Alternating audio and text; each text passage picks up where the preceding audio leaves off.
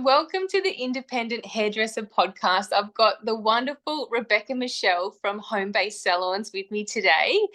And I just wanted to welcome her and introduce her. So she has her own home-based setup under Rebecca Michelle Hair, as well as she's invented this amazing home-based basin solution that doesn't need plumbing, which is fucking genius.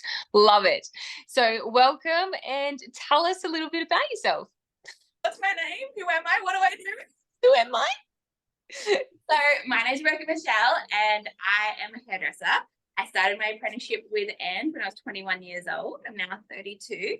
And in the last 10 years, I have finished my apprenticeship and want to start working from home and had plumbing issues. So then that's when my other company, Homebased Salons, started. And yeah, the last 10 years have been a whirlwind.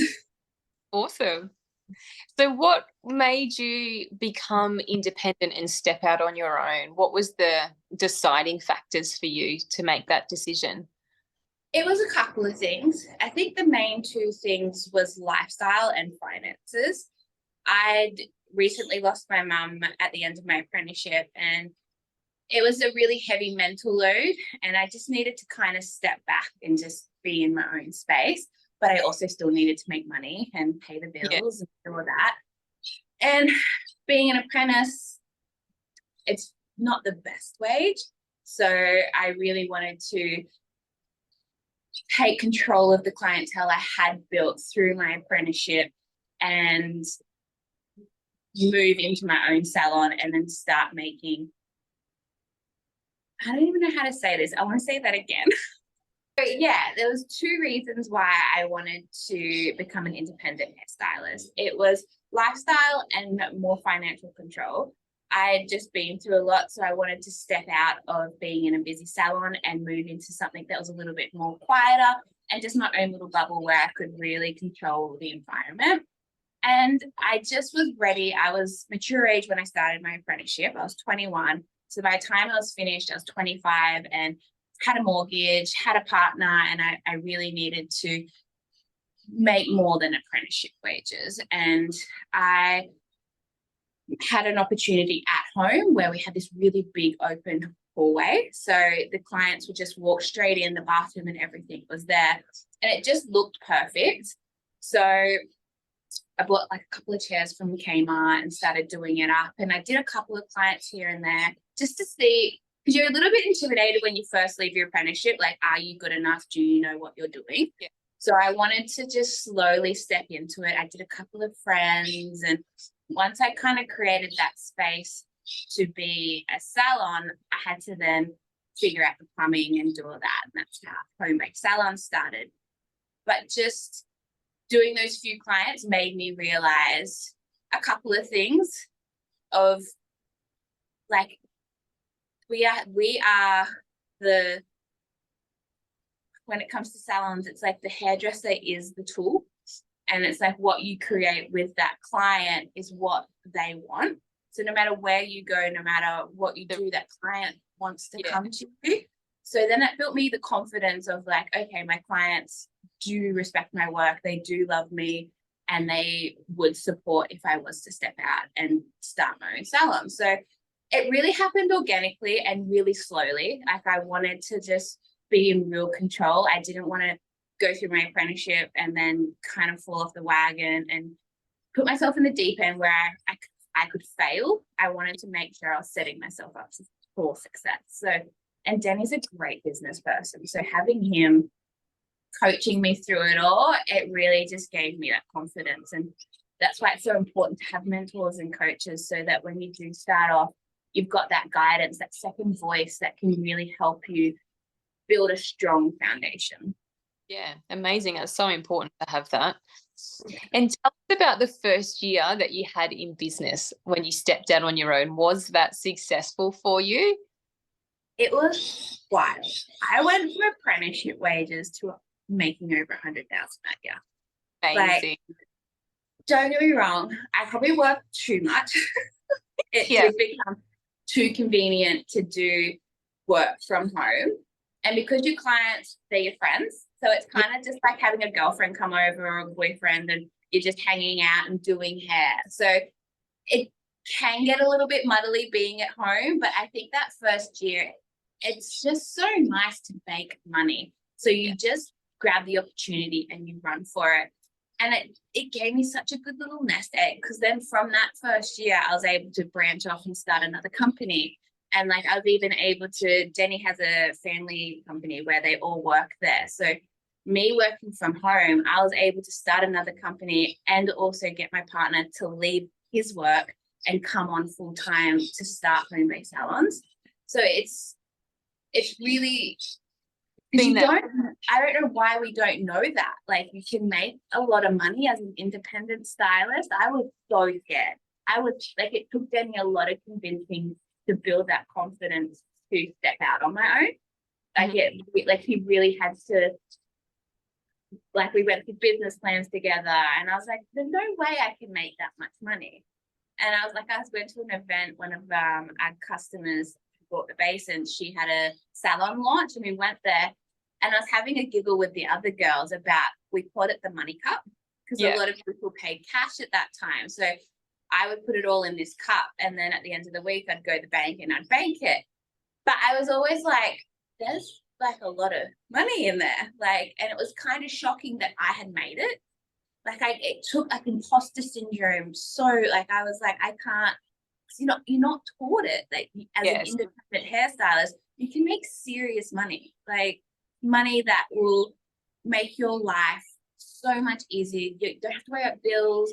You can go on those nice holidays. You can get a new car. Like, out of my first year of my apprenticeship, I was like ticking off milestones that I thought I wasn't even going to get to until I was in my 30s. That's so amazing. Well done. Didn't save a penny of it. I spent it all. Yeah. Well, you invested it in yourself, because now you've come up with the home-based basin. Like, so good. So tell us about the basin. So obviously you set up from home, and you had obviously a bit of a plumbing issue. So that's where the basin idea came from. Tell us about that. Yeah. So working for you implemented a lot of skills in me with customer service and what you should be wanting to offer as a business, not just as a salon, but as a business. You should always have a lot of pride and respect in your environment and how you present yourself and the work that you do. So where I felt I was putting myself short as a business was the basin area. Like, everyone starts somewhere. I flipped people's heads over in the kitchen sink. I've done the others portable systems where it's in front of the toilet in the bathroom sink. Yeah. I've showered people. Like, I've had to do it all.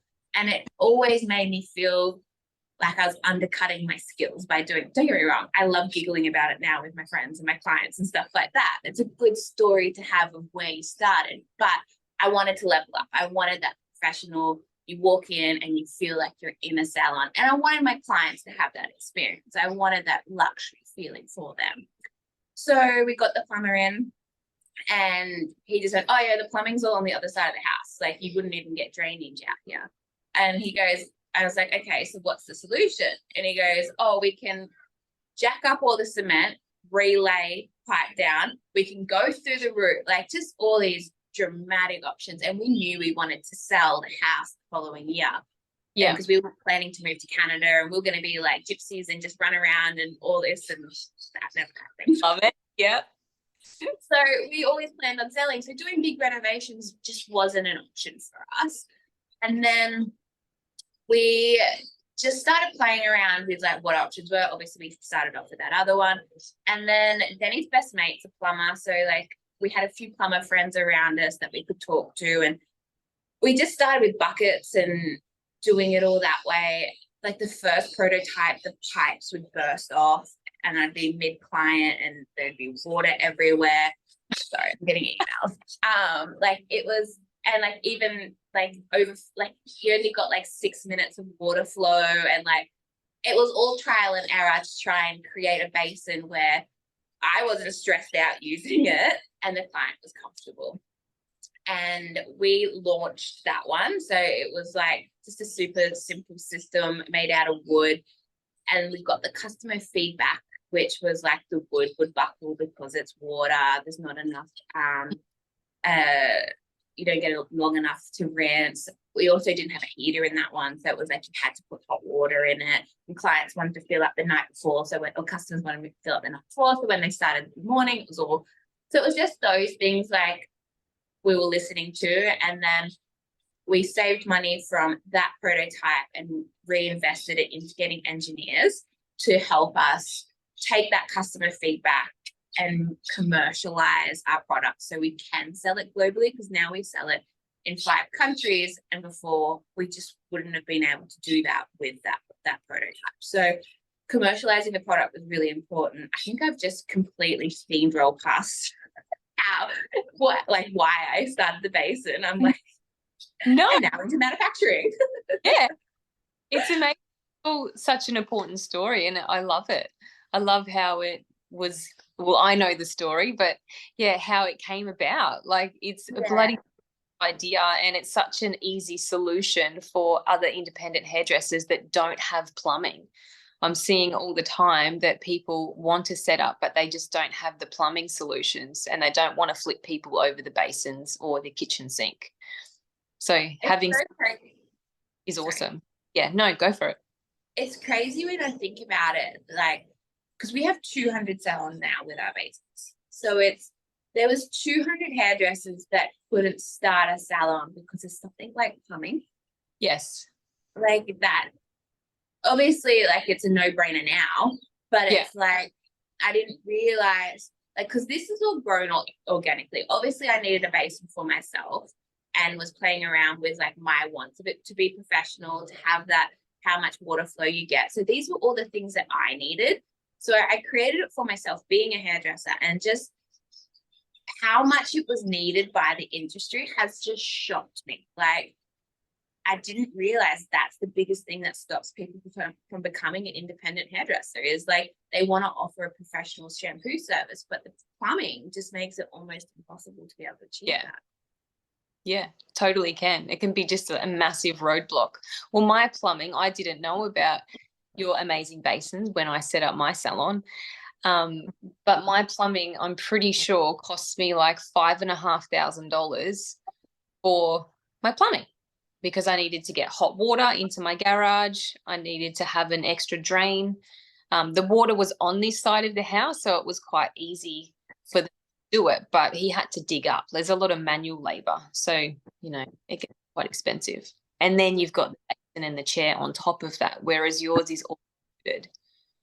And the other thing is, like, I've worked in, we'll get to our story, how we know each other, but I've had to go work in a lot of different other salons, and a lot of issues is the hair getting caught, and like the plumbing issues that come from the products and the services we're doing, it clogs the system.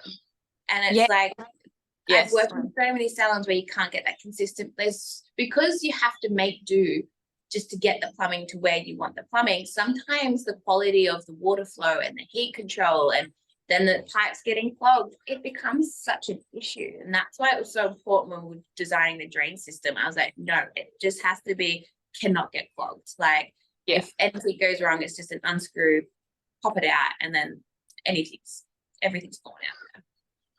Yeah, awesome. So good.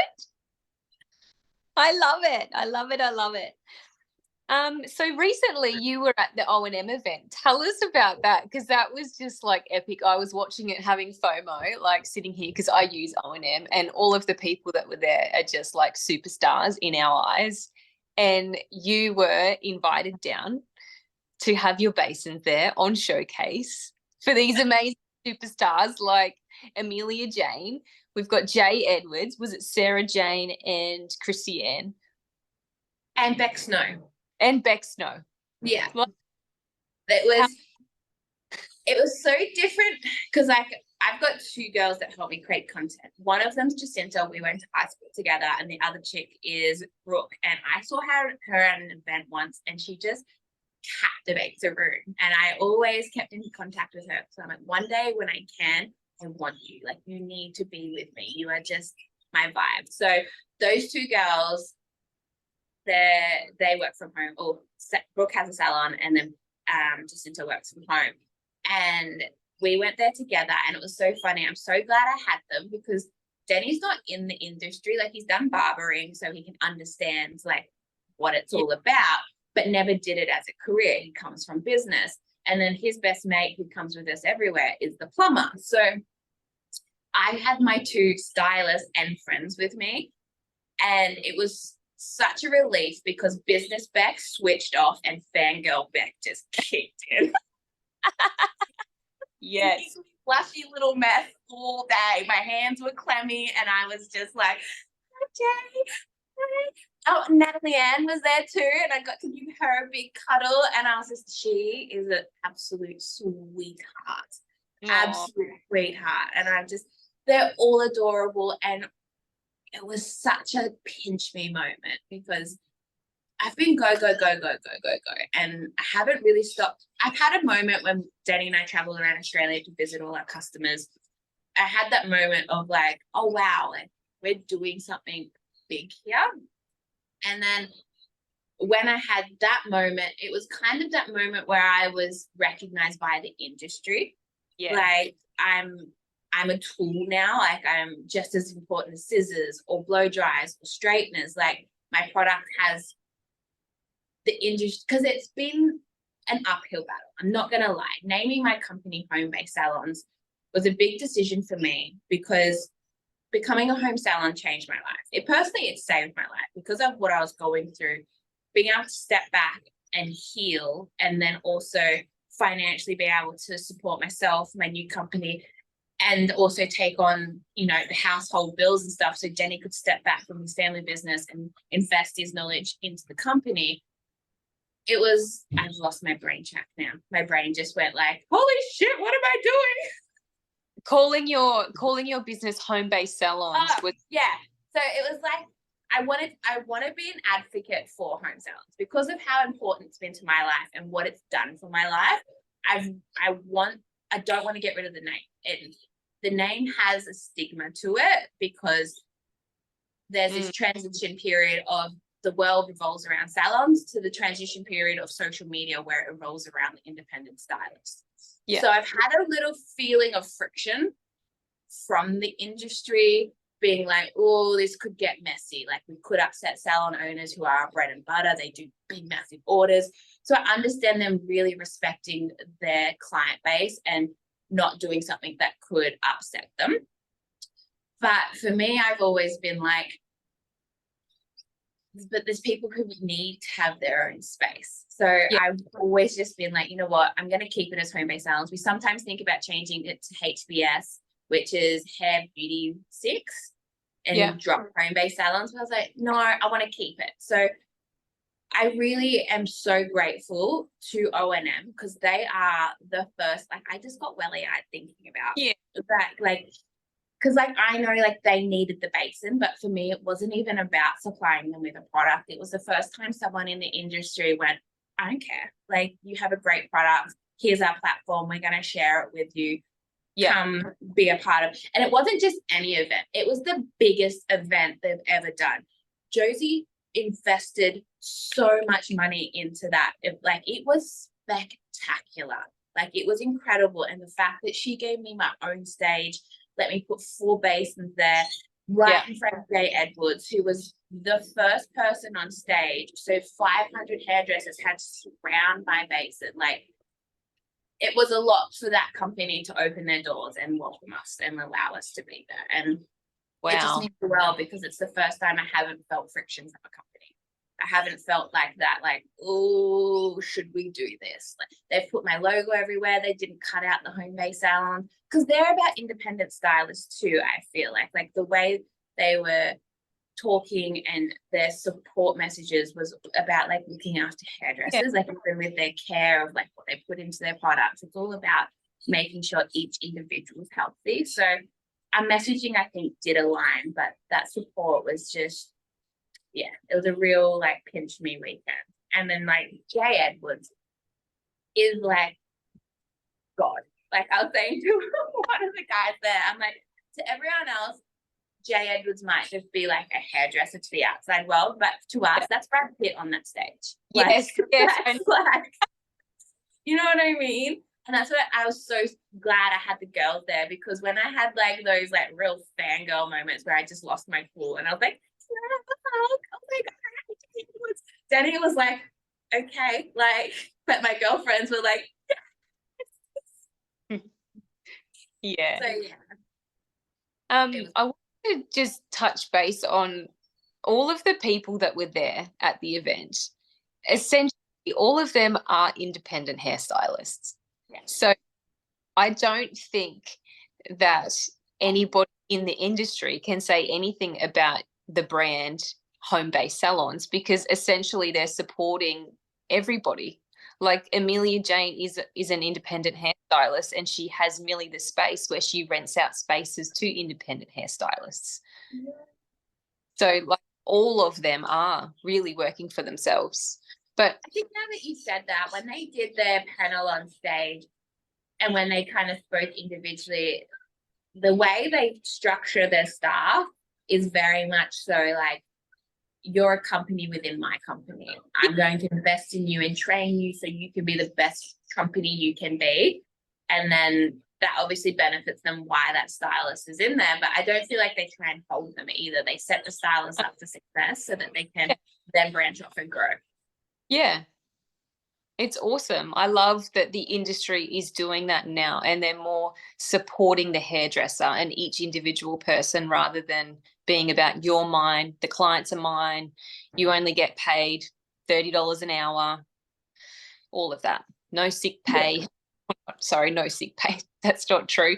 No lunch breaks. You can hardly go to the toilet. Like, I'm reading so many comments on these Facebook groups, and you sent one to me this morning, and they're just horrendous. People are underpaid, they're unhappy, they're depressed, and they're struggling in the industry. Yeah, and it's sad because it's such a beautiful industry, and when you can, the business comes naturally when you align yourself with the right clientele. I think it's really important that you're in a space where you're allowed to be yourself so that your clientele aligns with you. And I think that just makes it so much less stressful, because you're not trying to force that connection and that rebooking, and that, like, salon life is very different to working for your independent self, because you have KPIs the salon setting, and they've got massive overheads that are contributing to those KPIs, where when you step back and you work independently, your costs are so much more lower, so your stress is lower. And I feel like when you're not as stressed, that relationship with your client, it's so much more beautiful, because you're not trying to upsell them on retail or upsell them all these other things. Your clientele's already there, so you're not stressed financially. You're just booking in your clients in like a normal routine, and it just, they trust you better, so then they will spend more with you as well. Like, they don't mind, because I always do full head T-section, half head, full head T-section, half head. That's what all my blondes are always in. And then I was really, really lucky last year. Not last year, before, I was sponsored by Finola in the salon. So they gave me an allowance every month. And I will only do probably like 5 to 7 clients max a week. So that's all. Like, I was getting quite a decent amount of product. So I had my colors sorted, and I'll just get heaps of home care and just gift it to them. And now when they come in, I feel so bad. Like, I can't give you what I used to give you because I don't get the product anymore. But I only do for like 3 clients a month now. So but yeah, I think it's really sad that people are walking away with that opinion of like, it's really hard and you're overworked and undertired. And I think if they could just talk to you from a coach perspective, they could, because when you think about it, an average full head of foils now is about $250. If you just do one of those a day for 5 days, you're already making more than you would in a salon. 100%. You're doing multiple clients. And I'm an energy person, so I like not coming into contact with 30 people a day, because I just leave that kind of situation overwhelmed. And I think about every conversation I have multiple times after I have them. So I loved the fact that just having those one or two clients kept me centered and at peace. Salon life just makes my head spin. Like I look at salon people doing it now and I think back, I'm like, I don't know how I did that. Like that's just mayhem. Like hat goes off to salon, but like hairdressers, you guys work. Yeah, 100%. I love working for myself now too, because I can totally resonate with everything that you just said. Like walking into a salon environment now, I can feel really overwhelmed and buzzing off everybody else's energy. And it's nice for a moment, but I don't think I could stay in that energy consistently all the time. I love working for myself, having that one-on-one client interaction. And they open up to you more too when you're in the salon. They feel able to share, and you know, when they walk out, they're not just having beautiful hair, but they're also having a beautiful connection and having an energy shift inside and out, which is really important as well. Because they walk into your space. Like I watch a lot of podcasts, and Andrew Huberman,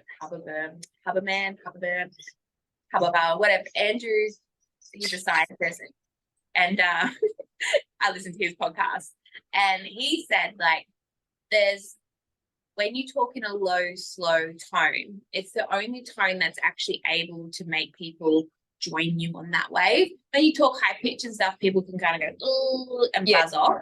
Where if you're talking in like a more low pitch, which I don't think I have that decibel in me, but other people will join you on that frequency. And I think that's what the most beautiful thing is about home salons, is you're able to give someone your energy because it's your home. Like, yes, if you create that space for them to be able to walk into, and just that energy stays out and they just immerse themselves into your energy, as long as your energy is good, obviously, but it is a beautiful gift to be able to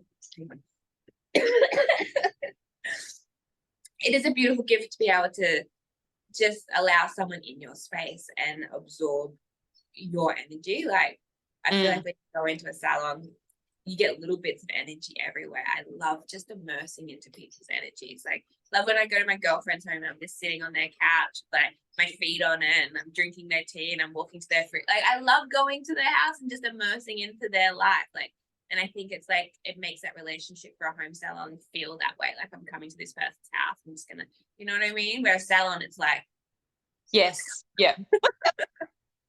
But it is fun working. Like, there is one aspect I do miss about working in the salon, and it is that team. Like, when I work with you guys, would go to expos and like Melbourne Cup, and would do like Christmas parties, and but then that's like, there's also this beautiful thing of social media now. Like, there's such a good community that you can have online, and there's such a support there. Like, I think it's just incredible how big our industry is on social media. I don't think there's another industry as big on social media.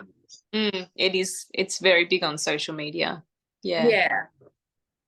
And it's important to keep connected. I'm also like having this space for hairdressers, because some feel quite alone working working for ourselves, and we don't have anyone to bounce off or ask ideas, or do we like this product, or how much should I charge for this, or should I charge more for my time, or should I do packages? Like, having that space of independent hairdressers where we're all supporting each other, I think is really important. And that's why I love connecting with people like yourself and everybody else, and just building that community and support within the independent hairdresser space. So important. It is beautiful. Like, even this morning, like when I saw that message, I didn't comment on it, but I knew to forward it to you because you were someone that I knew could help in that situation. So I think it's good for the mental health as well, because that was a helpline. That was someone 100%. And their family, their husband, their kids, they're not going to know at all what to say or do. But there was, I'm not too sure how many comments, but there was so many people underneath that, like, reassuring, like, you're not alone, we're feeling like this, there's other options. Like, it's, our community is a beautiful one. Yeah. So good. I was transitioning from, like, there was like you know, the stigma of like the bitchy salons and the gossip and all that. I think we're really, because social media has made it so aware of the repercussions of those bad behaviors and how it makes people feel. And I think we're definitely becoming a way more community based because we are becoming more independent. So I think that like it is, because I feel like it was like, oh, you work at that salon or you work at that salon, and because you're so close together, it can sometimes make you feel like, oh, are you stealing, or like, you know, I could have your clients if you weren't there. But now when you step out on your own, you kind of realize like there's millions of people in Australia and there's only 80,000 hairdressers. Yeah. There's plenty of butter to go around for everybody. Yeah. Like, so I think there is, even salons are way more supportive of each other now. And I think just being on social media, you actually get to know each other. So you kind of step past that, like, you're my competition. Like, you get to see each other's personalities. And like, there's so many people, if I was to see them on the street, I'd think I'd know them just because of, like, I know when they've had kids, and like I'm so invested in that. Like when I saw Natalie Ann, I just ran up to her and I was like, wait, just know me, like calm down. Like, so it's like you really get to know people on a more personal level now. And I think it's just breaking barriers down. Yeah, it is. It's awesome. So good. I love us. But it's not a phone call without this, and it's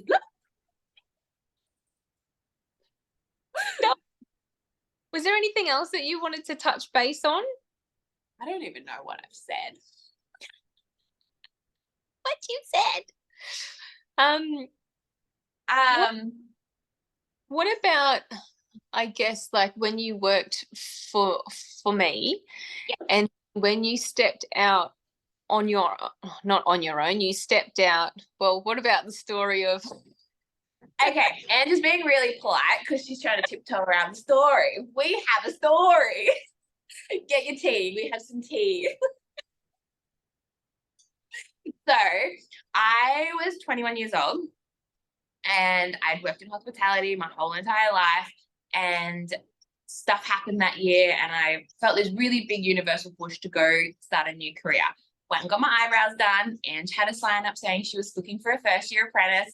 I had bright orange hair, mind you. I just bleached it at home myself. She must have saw me and went, I need to help her. And she gave me the job. So the next week I started there. Coming from no industry background, purely hospitality, I had developed some bad skills that just didn't blend into Angie's environment. I wasn't really big on training. I was in my dating era, so I was always on my phone, being a bit cheeky out in the tea room. I'll go get it, make a tea, and I'm quickly texting. And Angie's salon was more really customer focused, always entering us into awards, had really good KPI systems where, you know, if you reached them, there was really good incentives for it. You were really on the grind to build a great and incredible salon. And I just wasn't at all interested really in hair. I was kind of trying to figure out what I was doing. So Ange took me over to the park, bought me a coffee, and invited me. Let's have a chat. Sobbing, like snot out my nose. And then I had to go out in the big bad world. And it was scary and it was hard, and I've seen things that will traumatize me forever. But I think it's really cool because like I get to give that feedback of how incredible your salon was. And I said this thing the other day, where those few months I worked with you, those skills and time, passion, effort, and love that you put into me in those first 3-4 months, however long I was there, that lasted my whole career. And in everything I do, it's always kind of a reflection back to like, what is the quality of standard would Ange do? Like, you set a bar with like a really high bar. I didn't realize what your salon was. It was like one of the best. No, it was the best I'd ever worked in. But it set a really high bar. And when I had to go work as a mature age, it's really hard to get an apprenticeship. It was so hard. So I had to take what I could get. And what I could get was people looking for hard workers for low pay. So they weren't really looking to invest back into you. It was more like, we need like hands on the floor. So I didn't get a lot of training. I didn't get a lot of emotional support. I didn't get a lot of fun activities like Christmas parties and incentives to go to Hair Expo or any of that stuff. And I'm glad that it worked out the way it did, because it taught me like there's a way you can be and a way you should be. And way that you can be is, it's really easy just to slap something together, from customer service to your quality of work to the place you work. Or you can show how passionate you are, and you can give your business 110%. You can give your clients 110%. You can give your quality of work 110%. And you will always shine. You'll always, like, you'll go through stuff, but it's not as bad when you know you've given everything. You know, you're just learning, you're just growing, you don't feel as guilty, you don't walk away from any situation like, I shouldn't have done that. You know, you did it the best way you could. So, and I think that's like good when you're an apprentice, because you've got to train your apprentices properly, because it does really set them up for their career. And working in hospitality, I had a lot of younger people with me, and you would put that time and effort into them, but it's not a career that's going to last them forever. When you're a hairdresser and you have someone's career in your hand, that's going to be a lifelong thing. You want to be putting time and effort into them, making sure like when they do step out on their own, they're confident. They know what they're doing. They know not to blast the hair off, put the effort in, stretch the hair, do the root. Like, just be proud of your skills, be proud of yourself, be proud of being a hairdresser. Like, go for the awards, put yourself out there. Like, I think it was like a couple of weeks in, we went to Helen's house and did a photo shoot. I never touched hair before in my life. And Ange went, do an upstyle. I was like, okay. I think it was like a bobby pin, and I was like, I was trying and I was struggling, and it helps. Yeah, but it's amazing to be able to have those things and, you know, go and put yourself out there, like you said, and do photo shoots, because you have that to look back on and just go, wow, look at how far I've grown and evolved from when I first started to where I am now. Yeah. And I think like as a career, it's so good to have a timeline. 100%. I love looking back at old photos, because like you're like, you can just see all your mistakes. Like, and you're like, I would do this. How much has hair evolved though? Like, evolved so much. Crazy. That we're using now and how we're actually applying color and toning and stuff like that is so different to what it was back when I had the salon. Yeah, so different. Everything's so much more technical now, because it's like, I feel like the 90s were like, we're all just trialing and erroring what was happening. And then it was like the 2000s were like progressing. And then now it's all just like, holy shit, if you're a hairdresser, you're an artist. Like the amount of work and understanding of foil placement and how to curl and style hair, it takes a really creative mind. And passionate. You've got to be passionate. You have to. If you don't love what you're doing, then why the hell are you doing it? And that's what I say to everybody, because you have to love the industry, otherwise there's no point being in it, because it is hard work but it pays well and it rewards well if you love it and you're actually good at it.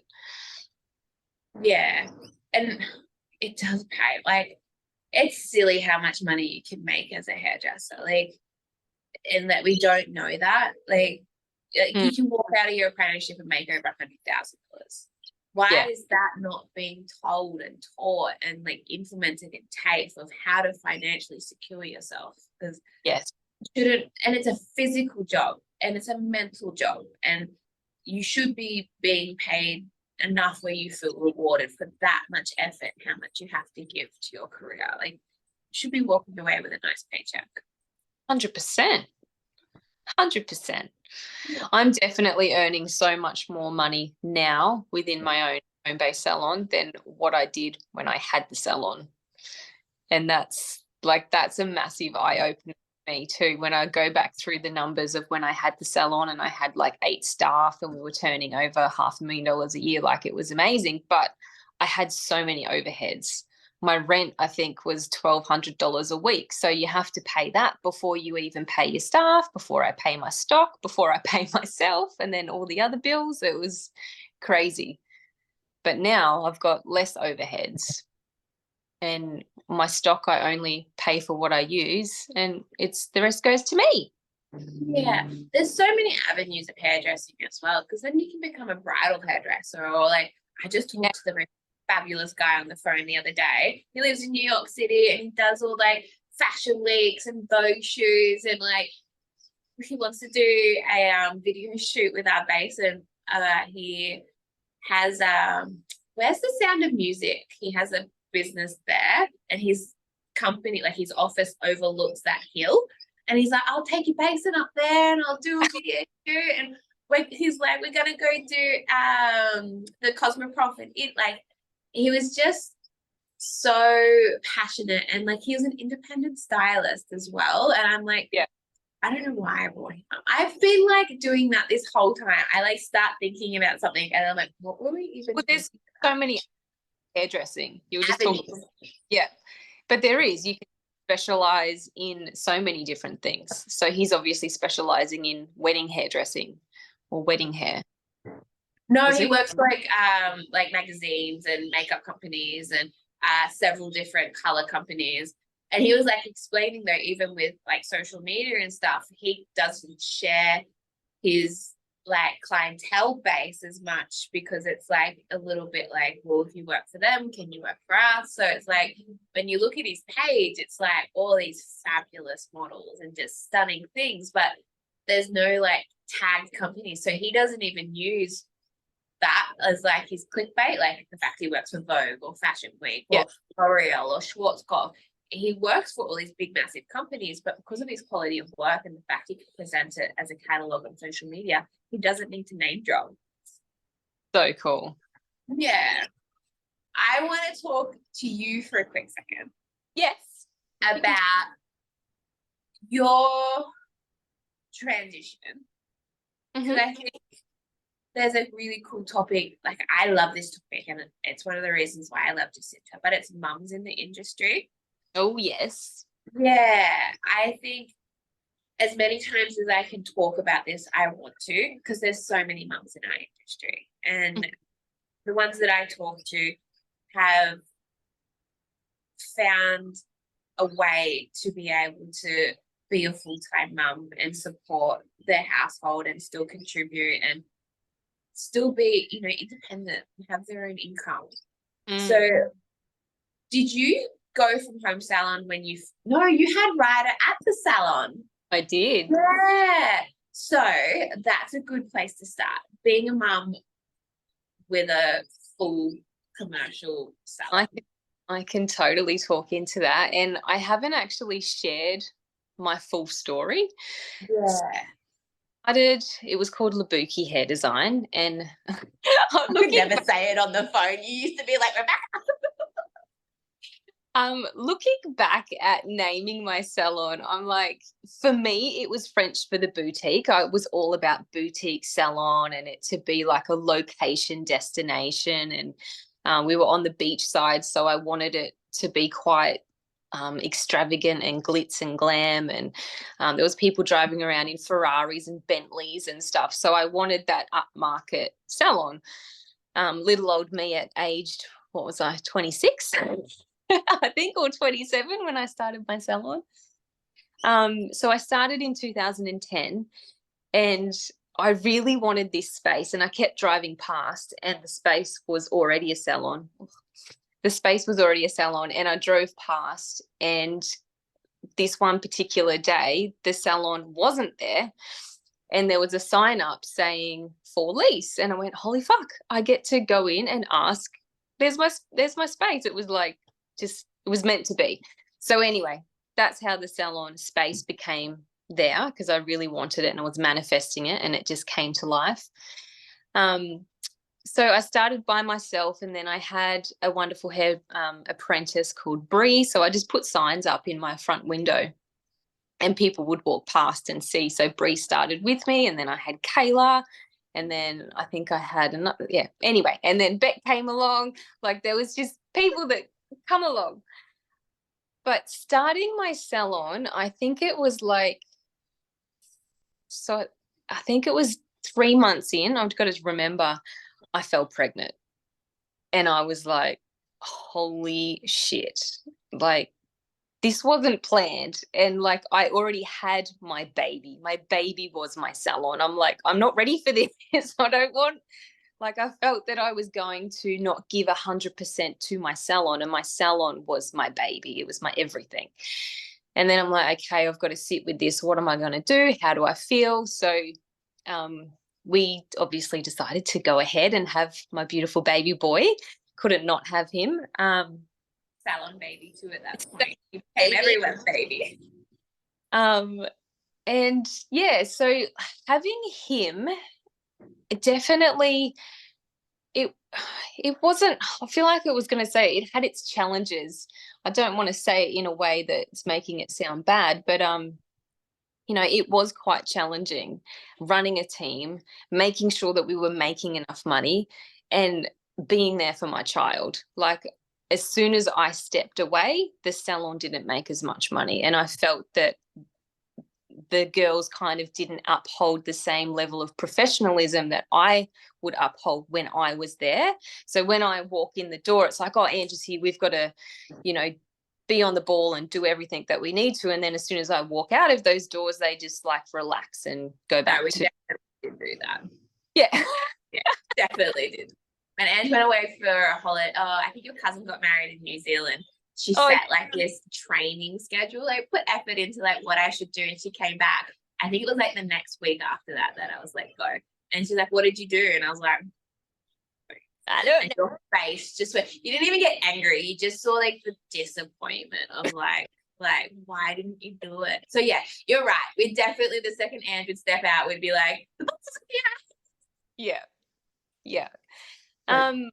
I had my baby boy in family daycare, and from 3 months old. So I remember sitting out in the back room with a bloody express pump on my boob, expressing in my lunch break. That was difficult. And then there was a day where I got a message from, it was the grandma, so Ryder's grandma, not my mum, his dad's mum. Sent me a message going, oh my God, Ryder just took his first steps. Like, she was so excited, and it was like, oh my God. And I'm just like burst into tears, and I'm like, holy fuck, I'm here and I missed my baby's first steps. Like, that was a massive like knife moment to the chest. So yes, there was definitely some challenges. I had mummy guilt galore, like racing home from the salon to pick him up, or when I'm leaving him in the morning, he'd be crying, and you know, you feel like, oh, I shouldn't be leaving you, but I've got to go and do that. So yeah, that was challenging, I must say. Yeah. But now, fast forward to where I am now, so it got easier, and building up my team of staff and being back in the salon was essential for me to be able to build up the staff and build up the team to be able to work while I'm not there and not drop the ball when I'm not there. And then I decided to sell the salon when I fell pregnant with my second child. So that was in 2016. But I also had a bit of, I don't know, family life wasn't the greatest. And essentially I should probably never have had my second child with that partner, but I did. And I knew I wasn't going to stay with him. So we had a bit of family life stuff going on. It was a toxic environment and I shouldn't have stayed, but I did. But then I'm not there now. So sold the salon. And then from there, when I sold the salon and then had Zali, my daughter, I started working from home. And she was, I think, about even couple of weeks old, I had clients messaging me, and I'm like, I live all the way out in Ormo and you live in Paradise Point or Hope Island, you know, somewhere else on the Gold Coast. And they would travel an hour to come and see me. And I had this set up with a good old fashioned portable basin in my kitchen with the hose. And it worked, and people were coming to see me, but that made me go, wow, people actually want me. It wasn't that they needed the salon and they needed the glitz and glamour. They didn't need all of that, which I thought I had to be an amazing hairdresser. They didn't care about that. They just wanted to come for me and to have their amazing hair. So that was really beautiful, and it gave me that confidence to go, you know what, I can do this. But yeah, build up the confidence and left the asshole dad. Fast forward to now, I'm in my beautiful home-based salon here. And I tried renting a chair. So I did that for a little while, and then did contracting as well, where you pay like a percentage, like 60-40 type scenario, where they pay for the product of the color. So they cover the cost of the color. I don't have to bring in my own color. So that there was that scenario. I've done mobile. And I just love having the home-based setup because I can have my kids here. I've got a child home right now who's sleeping because he's feeling unwell. So the flexibility it gives me to be able to be a mum. I drop my kids to school. I pick them up from school. I can have them home if they're unwell, but I can still work. It just gives me the freedom and flexibility, and I am single mum, so I need that, and I want to be there for my kids 100% of the time. I don't want to miss anything. If they get an award, I want to be there, and I don't want to have any moments like missing my child's baby's first steps ever again. And you captured that one, your second baby? What do you mean? The steps, yes. Yeah, beautiful. Yeah. It's not Sally. What was your daughter's name? Zali. Yeah. I've been saying Sally. Oh, have you? Yeah. So if the girls ever call your daughter Sally, that's my fault. So right. That's all right. So Zarlie. Beautiful. How'd you come up with that? I think it was a client came in, and I was, it's so hard to find names for children. And she said this name, Zali, and I go, oh, I like that. Yeah. And like, how do you spell that? And she said Zali, like barley, but Zali. And I'm like, oh, that's nice, but I didn't know if you could say it. I hate when people spell names and you can pronounce it incorrectly. So I wanted to spell it so you pronounce it the right way. Yeah. It was a client who said the name. I'm like, I'm totally stealing that. Yeah. I always have a one boy name, and I don't even know if I'll ever have children, but I could never pick a girl's name. I've never been able to. I found a boy's name, and then I've never been able to find a girl's name. Yeah, it's hard. And in the salon when I was pregnant with Ryder, people would say, oh, no, you can't call him that because he's going to get teased. He's going to get called blah, blah, blah. Or Ryder, yeah, let's Ryder. Like, they can do anything. They called me Gooven. Like, it doesn't matter what your name is. They'll pick on you whatever they can, wherever they can. Children. Yeah. Oh, so the transition into your second pregnancy, even being pregnant and on the floor, was that a better environment working at home? I wasn't working from home while pregnant. So when I left, when I sold the salon, I then went and did some like part-time work in other salons because I was pregnant and I still needed to earn an income and support my family. So I did it was pretty much just like a part-time employee, one down in Mudgeeraba, another one at in Brisbane area. I just travelled wherever. And it was kind of like I was the fill-in, if somebody had a full day's work and somebody was sick, they'd call me and I'd be there. So I did that, but that was easier being pregnant. But then I think it felt daunting not knowing that I didn't have my own business to fall back on because I didn't have the salon. So I felt like I didn't have my own business, even though I had myself and I am the business, but I didn't know that then. So I felt like, how am I going to survive? How am I going to support my family with nothing behind me? So that was a little bit daunting. Yeah, definitely. So you feel like being a single mum, you have more control over like support, like earning like the household, that you feel more safe now. Like, what am I trying to say? 100%. I know that I can support my family, and I am supporting my family 100%. Yeah. And I don't need anybody to help me out. Like, it's wholly and solely me. And to know that just feels so freaking cool. So good to know that I can support them and I can buy them those new pair of shoes that they want, or they can have, that new iPad or whatever it is. They don't go without at all. And I've been able to buy my own house. like That's it's awesome. yeah, it's been incredible. So I bought this house through the tough times that we had with the big C. And everybody was starting to come up here, but I got in just before. So this house has gone up so much now. Yes, thank you. But yeah, that was when I set up my proper home-based salon, because I wanted it to be professional. I wanted people to come in and go, wow, this looks really nice, and it be like a professional space, rather than from a kitchen or, a little portable basin that might drop down when the water gets too full. Have you ever had that? Yeah, I've drowned clients in them. I've been through it all with them.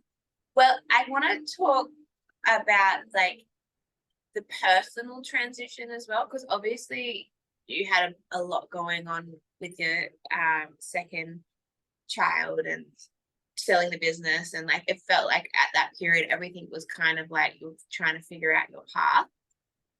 When you did start your home salon, you as a person, how, because I find you have become very enlightened and aware, like universally aware. Do you feel like because you did transition out of all that chaos and did put yourself into your home salon, that you were able to like get rid of all the noise and can start listening more to what your body's telling you and the science the universe is sending you? 100%. Yeah. So I think it was in 2018 when I decided to step away from that toxic life home environment. That was the turning point for me, where I went, you know what, if I stay on this path of where I'm going right now, like personally, emotionally, I was going to end up like, I looked at pictures. I was looking at jumping and leaving my kids in the car because I was so fucking unhappy.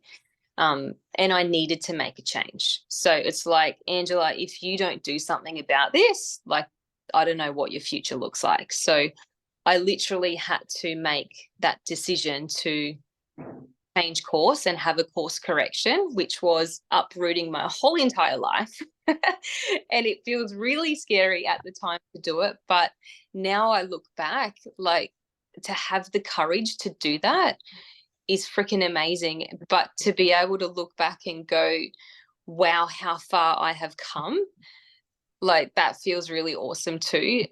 But I don't know where I was going with that topic.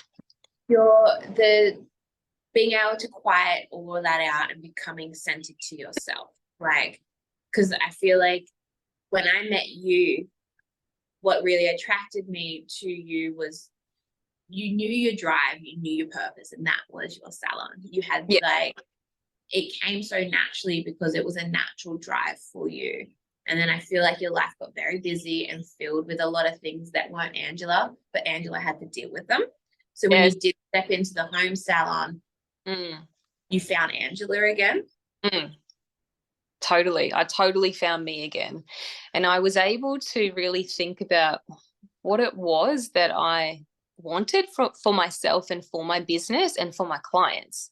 So when I had the salon, it was all about making as much money. So, you would buy maybe the cheaper color and try to get the best deal to make the most profit margin. Whereas now, having my own home-based salon, I'm more focused on low tox colors, using organic products. You know, I use high-end expensive color because I want the better health for me, but also for my clients. So once I was able to quieten all the noise around me, I went, what is it that I really want? You know, where is it that I want to go? What kind of clientele do I want to attract? And what's going to make me happy in my own salon? So that's where I was able to align myself with low tox companies, and find what fits for me and my values and my vision for my brand. And then I was able to truly shine me. Like once I quietened everything down, like I was able to really go, you know what, I am an amazing hairdresser. Like, and the amount of clients that were coming to me that I hadn't seen for such a long time, it was validating that as well. Because when you are very busy and you have mum head and you've got two kids, you can feel a bit defeated. And then stepping back out into the workspace, you go, fuck, do I even know how to do this? Am I a good hairdresser? Like, you kind of doubt yourself. So yeah, having people come to you and going, oh my God, you're amazing. I'm so glad that you're back hairdressing. And I love that you're using low tox products and you've got that holistic approach, and like aligning myself truly to the core of who the hell it is that I am with my business has exponentially grown me business wise. Yeah. I think that's why you're so valuable as a business coach as well, because you've had to do the hard yards. You've really had to, like, all the scenarios that affect salon owners, you've overcome them and you've got the blueprint, and you've also got the personal experience. So I think it's so easy to read, like how to run a business. It's kind of like when you go to a doctor and you tell a doctor your symptoms and they jump on Google and they go, oh, try this or do this. Yes. Versus when you go to a doctor and you sit down, and because I have had pretty bad health problems last year, and I just noticed such a difference between my general GP and then when I went and saw a specialist. When I sat down, I was so comforted by the knowledge and the understanding and the experience that they had. It just made me trust whatever they said. And I think that's where you come in. You're the specialist as a business coach. You've done all the hard work. You've been through it all. You've made all the failures and you've overcome them, and then you've turned them into success. So I think being in your academy is going to be such a valuable asset to walk away with the skills you're going to implement into those hairdressers. Because as I said, I worked with you for a few months, and the skills you gave me, I've used them for 10 years. I couldn't imagine what a full-blown, maybe I should enroll in your academy actually. Now I'm thinking about it. I'm like, I need some end. But I'm so excited because I want hairdressers to understand their value, and they are very valuable. Their time, because of the people, most people, hairdressers are such compassionate and caring people, and half the time we are trying to turn the conversation back onto people because we're foiling and we're doing stuff. It's hard to kind of think and talk, so we're naturally like always changing the conversation to talk about someone else. It'd be nice for people when they are in your academy to be isolated with, no, what do you need? Like don't reflect, like we're focusing on you. This is a one-on-one, like we're going to progress you to here. Yeah, it's so important. And a lot of the time we don't take a moment to actually stop and think about what is it that I want. You know, who do I want? Crazy and noisy and busy. Like it's you go to bed and you're like washing, and it's like you don't think about yourself once. Yeah. So what does 2024 look like for Ange? What if New Year's Eve next year, where do we hope to be? 2024, I just hope to be helping so many hairdressers in their own business become independent, and watching them grow and evolve is going to make me feel so fulfilled. And and creating community and support in the hair space for independent hairdressers. So I'm all about building, connection, support and love. And, when it comes to wellness and mindset, we can be feeling like we're working alone, but we're actually not. So I'm building that community for them, and like coaching containers where we can just bounce off each other and help and support. Or maybe you're home based and you go, you know what, I want that salon team environment and I want that culture and feel, giving them the tools in how to pivot. It's okay. You can pivot and change course direction, which we forever do. But sometimes you might feel like you're a bit of a failure for not succeeding in your home-based salon, and it's not a failure. You're just seeing that you want something different, and it's okay to have change. I think people often look at starting as a home salon as like a failure. Like, I feel like there's this weird stigma within ourselves where we're like, there's just this home. Pardon? I just work from home. I've said that. Yeah. Get rid of the just. Like, just does not fit in there. You have a company and a successful, thriving salon. Yeah. Would you say I just work in a shop salon? No, you say I work in a salon. Yeah. Yeah. Yeah. And I think home salons are just, as I said, being gifted the opportunity to walk into someone's home and immerse yourself into their vibe and their environment goes way and above than walking into any retail space. Like, it's just not as personal and connected. Like, no, not. Homes are special places. Yeah. Yeah. But yeah, 2024 is going to be amazing. I feel so much expansion happening, and I want just to make positive impact and positive change in the hair and beauty industry, because I do feel, like you've already mentioned, this stigma about home hairdressers, or, I've reached out to a lot of reps or other companies that are looking at salons, and they've said, oh, I don't know how the salon owners would think about me supporting independent hairdressers. So there's this real kind of stigma, or I don't know if, yeah, it's literally friction. Yeah, it's like they don't know where their loyalty lies, so they're not. You have to be careful as companies. I get it, because like it's a transition period. The big C changed our industry dramatically. Like, we saw overnight people just change and jump on board for salons that are independent. Yeah. Like it, and I think that the friction's lesser, but there's still like, because salons are still recovering from the big C. Like, I don't know if I say it is like Voldemort, thou shall not be named, but I think a lot of salons are recovering. So it is nice to hear that people are having that respect, but it is also like, there's enough bread and butter to go around for everybody. Of course there is. Yeah. Yeah. We just need to bind together and support one another as wonderful hairdressers, whether it be you have a salon or whether you work for yourself, because essentially we are the same people. It's just one has a team of staff and one doesn't. Yep. But we all go through the same things. We all go through the same motions, and we all need love and support.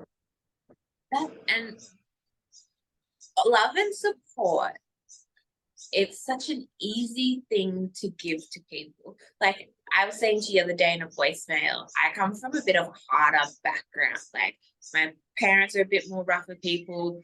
My friends are a bit more like, we just talk rough. Like, I've had to almost media train myself into how to talk because of how I spoke before. It was like small country town and like just rough. And the relationships I had because I was rough was rough. And the relationships I have now because I offer love and support, they're beautiful. And like one of my girlfriends on the weekend went through, I don't know how to say it, but I'm not going to say her name. She miscarried. Yeah. And just, we've come from the background together. So we're both rough people. But the fact that I could switch off from being, the friend that she's known for 15 years and we can say whatever, to I know how to love and support on this person and help them through this situation. It's just such a beautiful gift to give to people. Like, sometimes you don't know what to say or what to do, but just knowing, hey, that person just brings me like a place where I can just talk or, just love and support. It's the best gift to give anybody. And if our industry could just everyone be loving and supporting, we'd all be millionaires. Yes. Honestly, it's a multi-billion, like hundreds of billions of dollars are spent in our industry every year. Someone's making it, someone's getting it. Like, we could all be taking a cut of that if we could all just like elevate each other. And when anyone's going downhill or off, like, if we can just love and support, it changes the world. Yeah, it's so beautiful and it's so true. I feel exactly the same. We were on this Zoom chat the other day with this group of hairdressers. So it's all about creating, what do they call it? The holistic shift in the hair industry. So I met this guy from the Facebook group on Australia New Zealand Facebook group. Oh yeah. Page. I love that page. He posted something in there about retreats and, coming back together and loving and supporting each other. And I said, oh, we've got a retreat coming up. So we've connected on that way, on that level.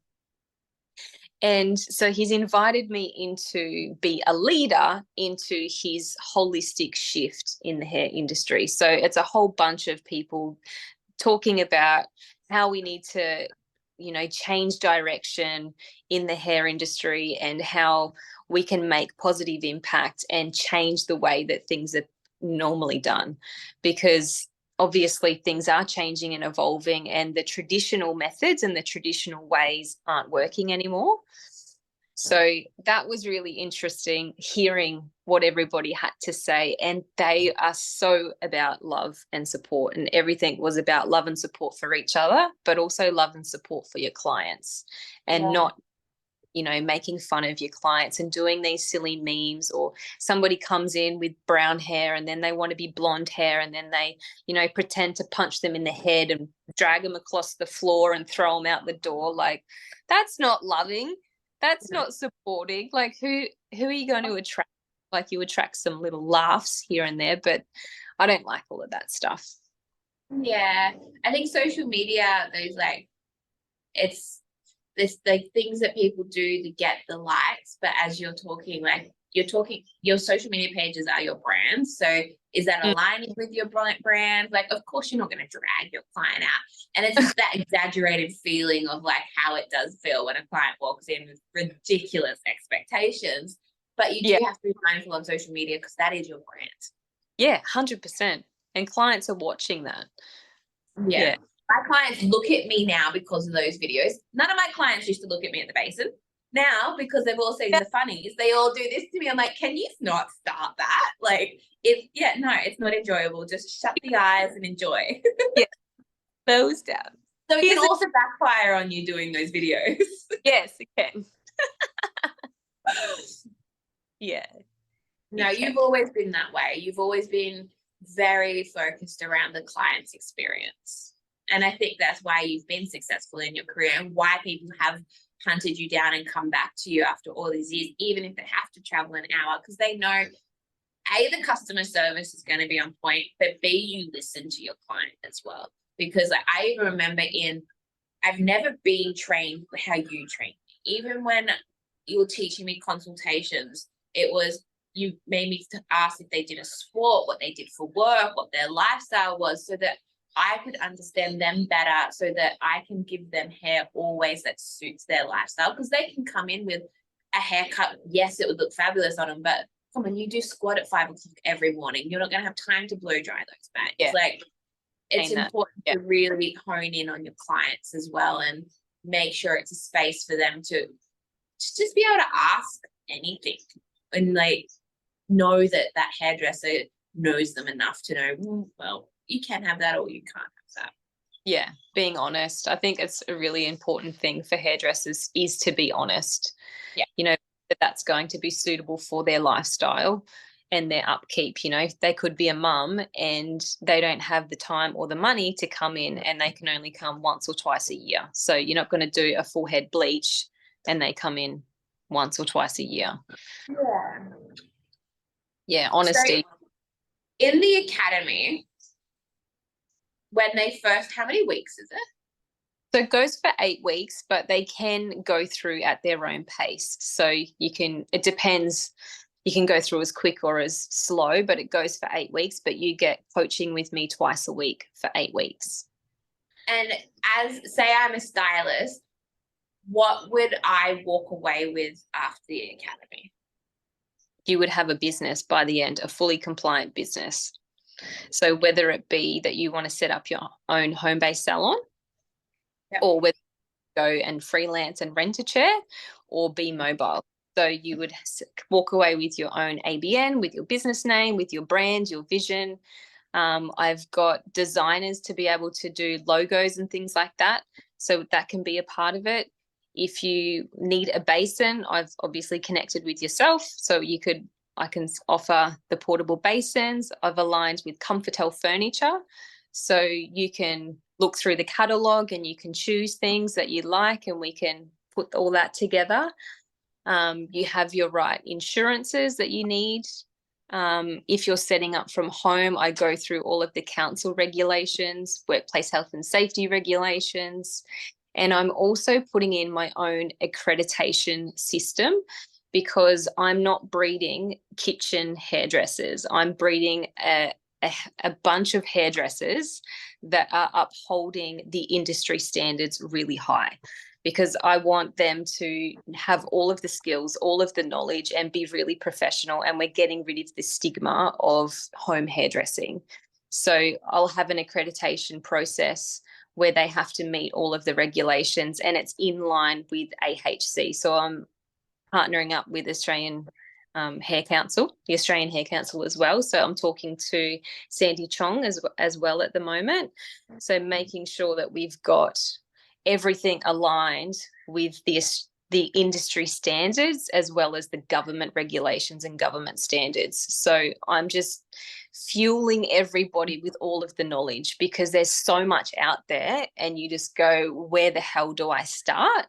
And I kind of debunk it all for you and go, okay, Beck, you want to set up as a mobile hairdresser? This is what you need to know, and just give you the right knowledge. But the 8-week program is literally watching videos and we go through everything. There's going to be some mindset stuff in there as well. So we go through, what is it that I want? What do I truly desire to get from here to here? So you're going to have to dig deep on some things. And work out what that ideal dream business is for you, because it's going to be unique to each individual person. Yeah. I think that's such a good foundation to be able to give somebody, because so in a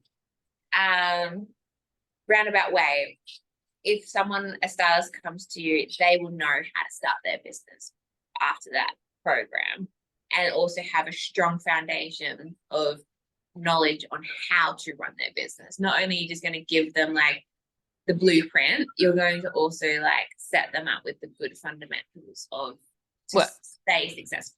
Yeah. Well, we're going to do the business with them together. So they have tasks to do. So like we go through setting up your ABN. You have a task to do that.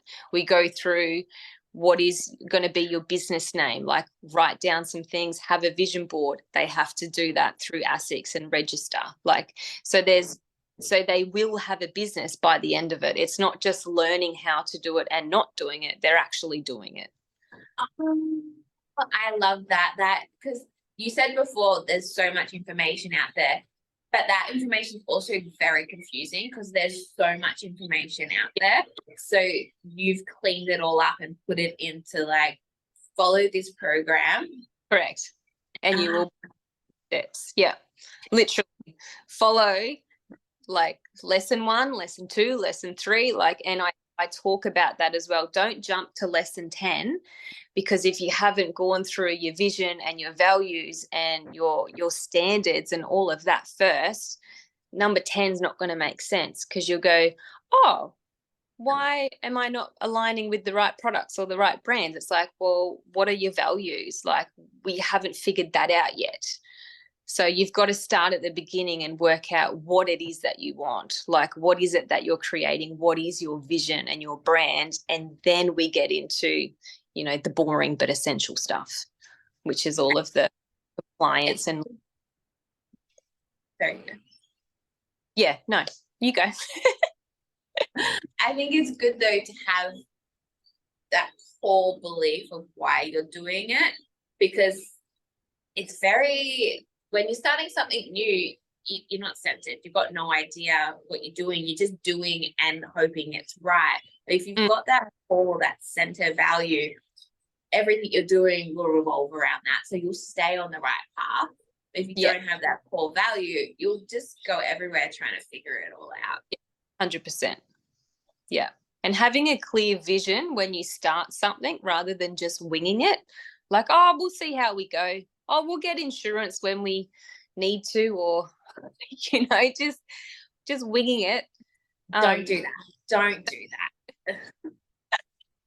It's just, honestly, as a business person as well, you don't want to take shortcuts because it makes you feel insecure.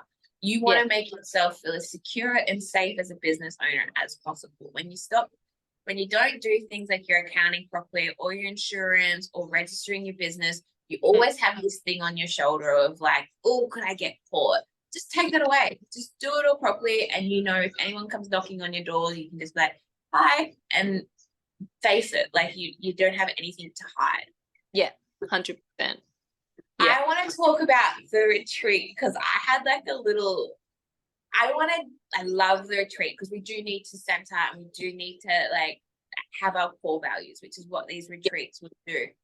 But do you remember back in the day when a lady would come to your house and you'd have all the girlfriends come over and you'd do Tupperware parties? Yes. We also used to do sex toy parties. Did you ever do those? Yes. I want to do one for the industry. A sex toy party. There's a lot of flaws to this idea. And anyone else I've said it to, they've kind of gone. But I'm like, I had so much fun at them and I want to do some fun stuff with our industry. Like, I definitely want to be like helping and aligning people with like your retreats and stuff like that, where it is about finding like control of your business and going into the next step with intention and a little bit of guidance. But I also want to do some things where it's like, I want to have wild Christmas parties. And like, I want to start just like, whenever I see the Kardashians have their Christmas party every year, I'm like, why can't our industry have that Christmas party where everyone flies into? And it's like, you can just get messy if you want to. And like, just maybe I'll make it so there's no phones. So it's just like, there's no content that comes out of this event. It's just, let's just get tiddly lit. Yeah. I don't really drink much. I drink at Christmas with my family because I just love getting on the charge with them. And they're just so much fun. So I always save it for the end of the year. And then I swear, like from September, all I'm saying is I can't wait to get to lit. Like, and I just think it'd be so much fun to do it with the hairdressers as well. Yeah. I'm sorry, can you hear that? I didn't turn my phone on silent. Yeah, I just think I want to start doing some really fun stuff. That's what hair expos used to be for me when I was an apprentice. Like, they were crazy wild. I didn't know anything about sex, drugs and rock and roll, but I was very well enlightened when I was going through my apprenticeship. I just think, honestly, after the event on the weekend, I met really, really cool people that are just cheeky, and I've missed that. Everyone's become a little bit politically correct and not like, everyone's got that cheekiness. And I want to see it. I want to bring it out to people. Like, show me what you're all about. Like, you know what I mean? When we went to the event, Eden is Denny's best friend, and he's like tattooed, really health focused. So he's like got big muscles, and everyone was just like looking at him, especially the boys. The boys were like side-eyeing him, and this one guy in particular. And Eden, like, he's such a funny dude. So like, he was just bantering with everyone all the time. And we got in the car and Denny was like, no one hit on me. He was like, just the star of the show. But it was just all that cheeky, and like a few jokes that were made were just so inappropriate and like, but just so much fun. Like I miss just cheekiness. I really miss it. I feel like it was the first time I felt it so wrong. Yeah. And it was just cool. Yeah, awesome. I miss that playfulness too, and having, I guess, in that salon environment, opposed to working for yourself, you do have that energy where you bounce off each other and you have that playfulness and cheekiness that you're talking about. Yeah, which is awesome. It is, and I just want to bring that back and like have an event, even maybe a couple every year, where people know like you can come in and just be yourself. Like, yeah. So I'd love to do like a no content event where it is like you walk in, you know, when you go to like comedians and they put your phone in those vices, maybe I'll do that to them. It's like just strictly no content. Might have to have security there, but yeah. No, I get a little bit. Yeah. But I left my phone at home while I took my daughter to school, and I had this feeling of, oh my God, I haven't got my phone with me. And I literally am 10 minutes to school and 10 minutes back home. But it's awful. Like I hate feeling like I'm attached to my phone. You know what I listened to the other day? The same theory as pokey machines is what a phone is. It's tapped into that same neurological pathway of like, maybe this time there'll be a notification, or maybe this time there'll be a post I want to see, or maybe like it's tapped into that. Yeah. And if you go away, maybe someone's messaged me or someone's like, and I used to, last year before everything got really, really busy, I wouldn't take my phone if we went out for dinner or for breakfast. I would make it like a point to leave it at home. And it felt really good to do those things. But now I'm thinking about like, I can't even remember the last time I've left my phone without bringing it like attached. And like I noticed the other day, like I keep picking it up. I didn't want to do anything with it. Yeah. I've definitely noticed that. And I said that to you this morning, like I've got into this wormhole of comments and stuff. And then I'll go from one platform to another platform and like just keep looking at things and circulating. I'm like, oh my God, I've just wasted all this time, whereas I need to just get ready for the day. So having some time to yourself without your phone, and that's what I do on the weekends, where I do some meditation before the kids wake up and actually just give myself time. And that makes, such a better day for me, rather than starting and programming myself on the social media train. Do you meditate every day or just on the weekends?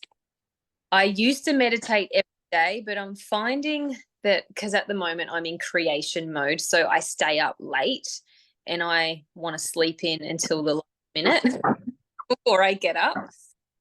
Otherwise, if I'm going to bed earlier and waking up earlier, then I can allow myself to meditate, even if it's just half an hour.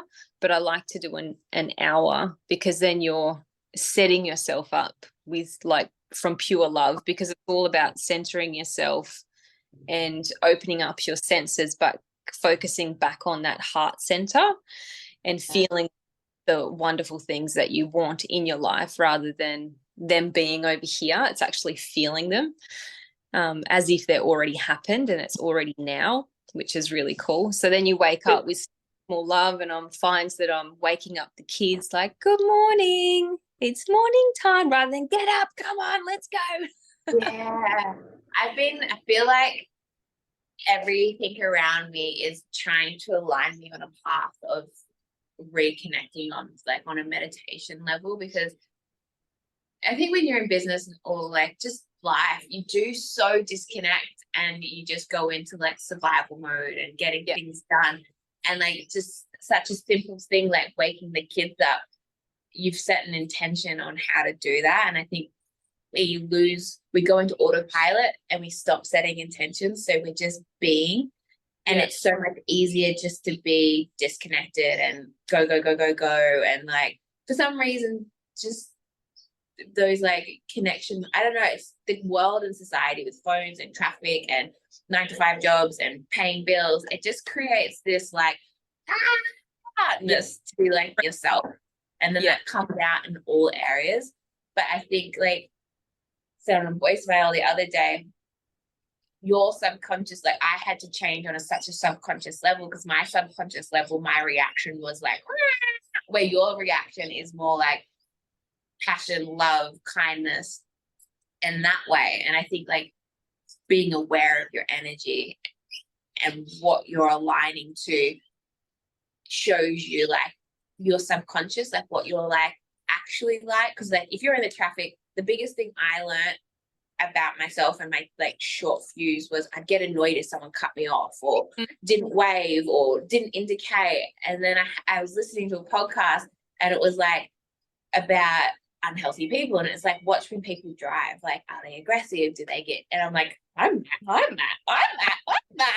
and I'm like, so when I was listening to you just then, and I was like, it was such a change for me when I set an intention of being a better person. Like when that car cut me off, I felt straight away anger, but then that intention that I had set of being a better person would kick in. Was like, well, if I was a better person, I wouldn't get angry. I'd just let that person go.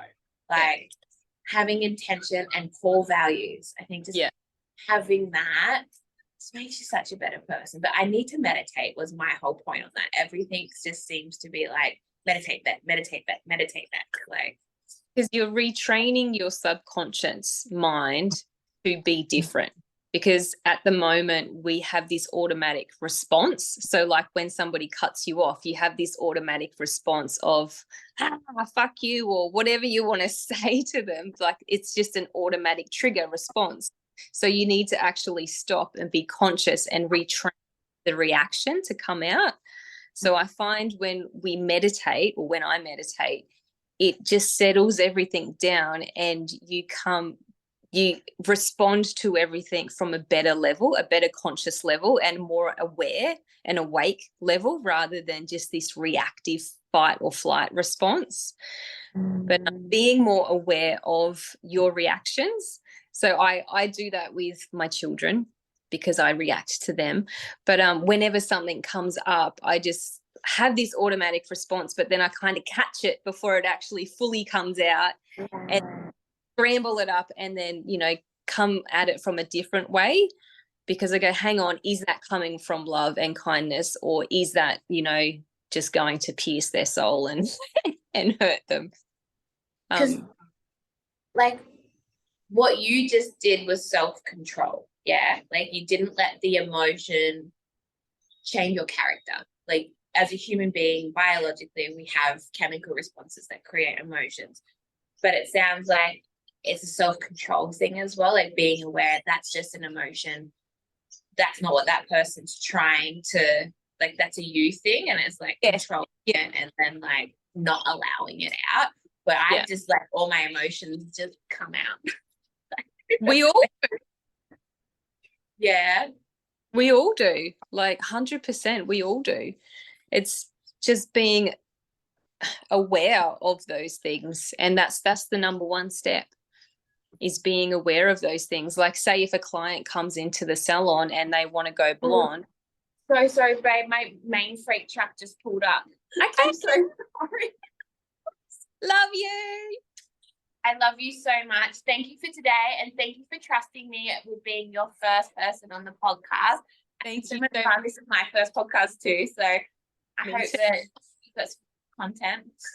Thank you so much for joining me today. Honestly, and I just want to say thank you for starting my career 11 years ago when I was 21. You changed my life. You instilled in me skills that I still use to this day, and I wouldn't be where I am today, and the basement wouldn't exist without you. So thank you so much for just being you and having so much passion for our industry. Hairdressers need someone like you in your life, because you changed mine, and I'm so excited to see what you do in 2024. Thank you so much, Beck. That means so much. I love you, and I will always and always love you. As I said on the voicemail, I'm going to invest in this relationship forever so I can keep you forever. Yes, forever. All right, babe. You have a good day. You too. Bye. Bye.